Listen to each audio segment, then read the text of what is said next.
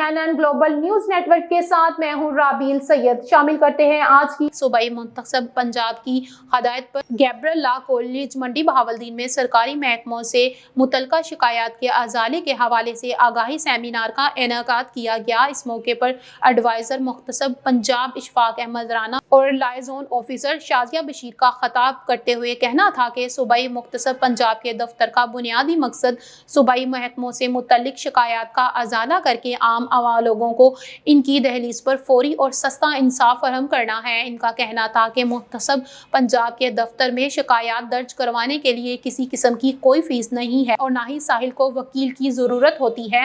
साहिल की शिकायत बराह रास्त सुनी जाती है और बास औकात फौरी हल तलब शिकायत का मौके पर ही फैसला कर दिया जाता है।